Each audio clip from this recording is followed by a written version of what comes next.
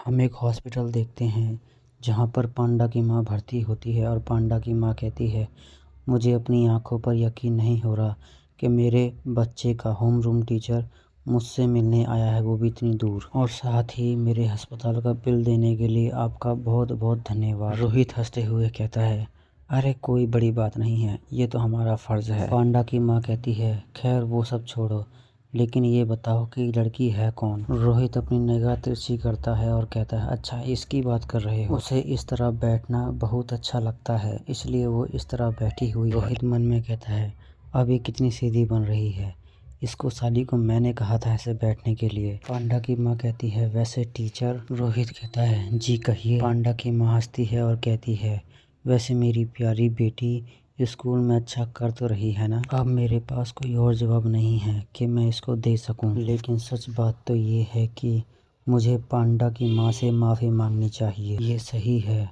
मुझे किसी भी तरह का अच्छा देवता बनना शोभा नहीं देता है। लव गॉडेस आती है और कहती है, ये जो तुम्हें उपाधि मिली है अच्छे ईश्वर की, अब इसे खोना मत। रोहित थोड़ा सा हैरान होता है और कहता है, रिजरेक्शन एलेक्सर, अब ये क्या चीज़ है। लव गॉडेस कहती है, दिक्कत मत लो, जब तुम इसको इस्तेमाल करोगे तब मैं भी तुम्हारा साथ दूंगी। सिस्टम कहता है, खोज। एक बार जब आप 10 मिलियन अच्छे कर्म जमा कर लेंगे तो पूरा ब्रह्मांड सुंदर हो जाएगा। खोज पुरस्कार, पुनरुत्थान अमृत, प्रभाव। यह मृतकों को पुनर्जीवित कर सकता है। वर्तमान कर्म मूल्य 0/1 करोड़। सावधानी, आपको जीवन बचाना होगा। रोहित एकदम से हैरान हो जाता है और सामने की तरफ देखता है।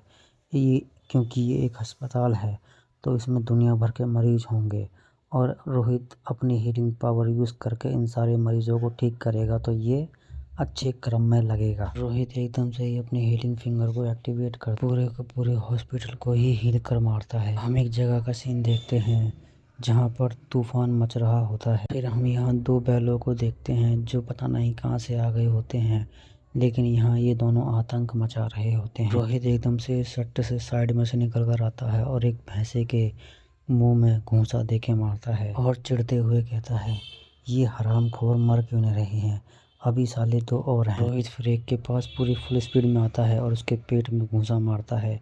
फिर साइड से निकल कर आता है, उसके ठुड्डी में घूंसा मारता है। दोनों को ढेर करने के बाद सीधा नीचे आ जाता है। सिस्टम आता है, सिस्टम कहता है, तुम्हारा कर्मा पॉइंट अभी तक 1 करोड़ में से 2501 हुए हैं। नेहा अपने घुटनों पर बैठी होती है और कहती है, लॉर्ड रोहित। फिर रोहित कहता है, ये तुम क्या कर रही हो। नेहा कहती है, जो त्रिगुटों के अब जो बचे हुए मेंबर्स हैं, मैं अब उनसे निपटने के लिए जा रही हूँ, क्योंकि आपने ये काम मुझे पहले ही सौंप रखा है तो मैं इसे ज़रूर करके आऊँगी। रोहित कहता है, अच्छा तो ये मेरे क्लोन की बात कर रही है, लगता है उसी हरामखोर ने इसे ये सब करने को कहा होगा। नेहा हंसती है और कहती है, तो प्लीज़ मेरे मास्टर आप अपना ख्याल रखना। हम एक बिल्डिंग को देखते हैं। रोहित ने इस बिल्डिंग के अंदर एक अपार्टमेंट ले लिया होता है और अपने रूम में आकर अच्छे से बैठा हुआ होता है और मन में कहता है, हाँ कितना आराम मिल रहा है, साला जब से मैं कोरिया वापस आया हूँ तब से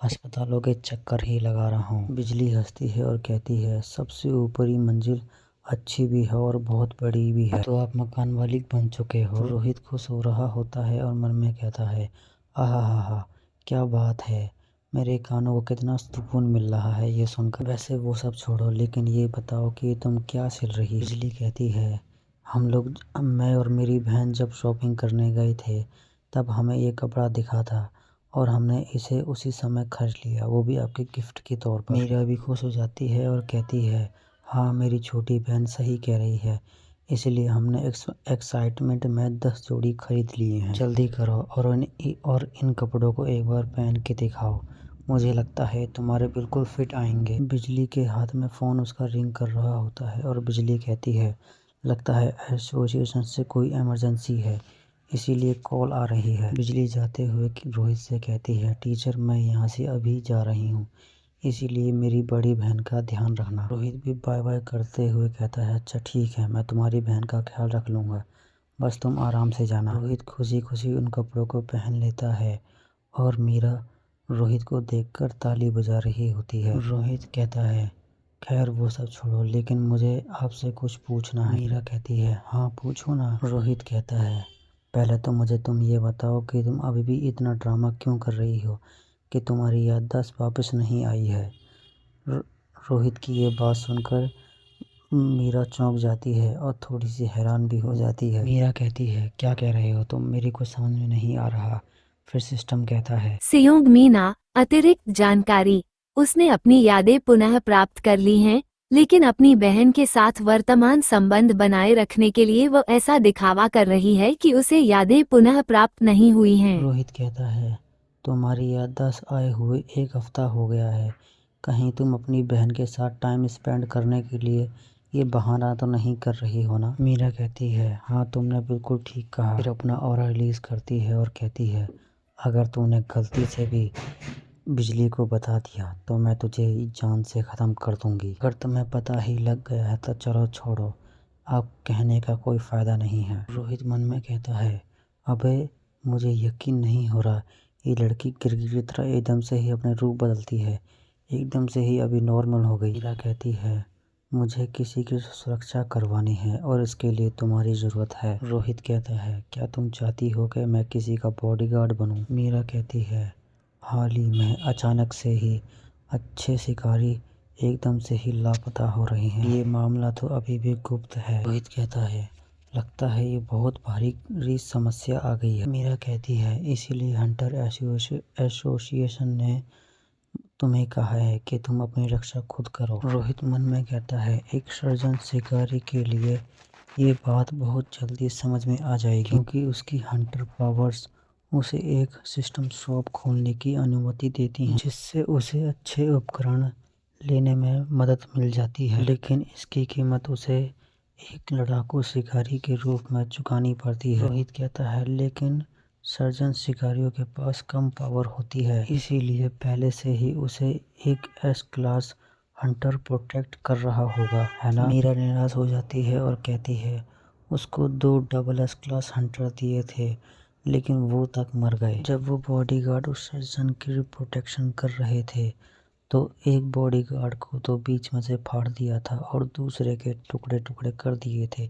अब ये नहीं पता किसने की। रोहित कहता है ये तो सोचने वाली बात है कि कोई मार भी रहा है, लेकिन कोई क्लू नहीं। मीरा कहती है ये बस इसी वजह से हंटर एसोसिएशन एक ऊंचे रैंक वाले को ढूंढ रही है, लेकिन हम लोग और तो और प्रिंसिपल ने आपकी सिफारिश की है, बस एक आप ही हैं जो ये सब कर सकते हैं। रोहित हंसता है और कहता है ये तो बहुत अच्छी बात है ना कि उसे सरकार भी सपोर्ट कर रही है, जो हंटर उसकी प्रोटेक्शन करने जाता है। रोहित मन में कहता है चलो अच्छी बात है, इससे मेरा एक काम और हो जाएगा, मैं अपने कर्म के अंक भी ले लूँगा। मुझे लगता है कि ये उस कहानी से कुछ हद तक मैच कर सकता है। मुझे ये सोचकर तो आश्चर्य हो रहा है कि देवताओं का त्योहार होता क्या है। खैर मुझे लगता है कि मुझे एक अच्छा भगवान बनना होगा, इससे पहले कि मैं उस चीज़ का पता लगा पाऊँ। लव गॉडेस कहती है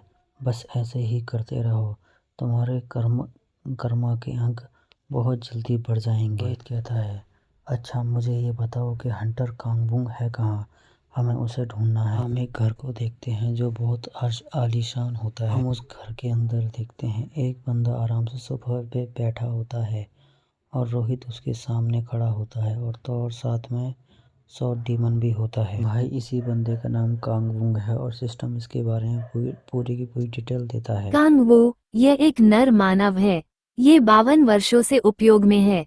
विशेष नोट, ये अग्नि एवं लोहार संरक्षक के संरक्षण में है और इसके अलावा वह रोहित वू को देखता है और मन में कहता है अबे ये तो साला बुढ़ा हो गया, ये तो 50 साल की उम्र है इसकी। तो डीमन कहता है मैंने वैसे सोचा नहीं था कि हमारे भगवान इस जगह पर आएंगे। रोहित शॉर्ट डीमन के कंधे पर हाथ रखता है और कहता है देखो वो मेरी बात कान खोल कर सुनो, मैं 24 घंटे तुम्हारी रक्षा नहीं कर सकता, इसीलिए मैं ऐसे बंदे को लेकर आया हूँ जो 24 घंटे तुम्हारी बॉडीगार्ड बनकर रहेगा, और ये मेरा बहुत अच्छा बंदा है। वो अपनी दारू पीता है और कहता है हाँ तूने बात तो सही कही, यहाँ तक कि बॉडीगार्ड को भी नींद लेना ज़रूरी होता है, और वैसे भी मैं तेरी देखभाल में ही रहने वाला हूँ। रोहित हंसता है और कहता है, हम लोग आपको सुरक्षित रखने की पूरी कोशिश करेंगे। रोहित मन में कहता है, अबे साला ये कितना हरामखोर है,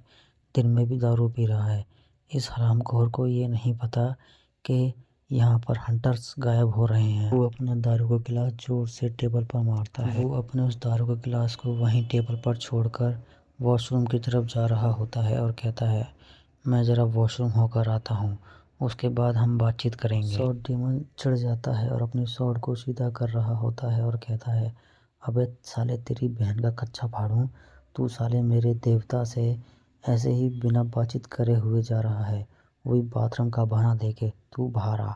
मैं तेरी बहन का कच्चा ना फाड़ा तो मेरा नाम भी सॉर्ड डीमन नहीं। वो बाथरूम में आ जाता है और मन में कहता है, क्या अंततः चार प्रकट हो गया है। अतीत में जो भी बात हुई थी मुझे वो बात याद नहीं आ रही है, वो भी खासकर उसकी के पीछे दीवार में क्रैक पड़ रहा होता है। दीवार के अंदर से वही एलिगेटर निकल कर आता है और कहता है, अरे वाह, तू तो यहीं मिल गया रे।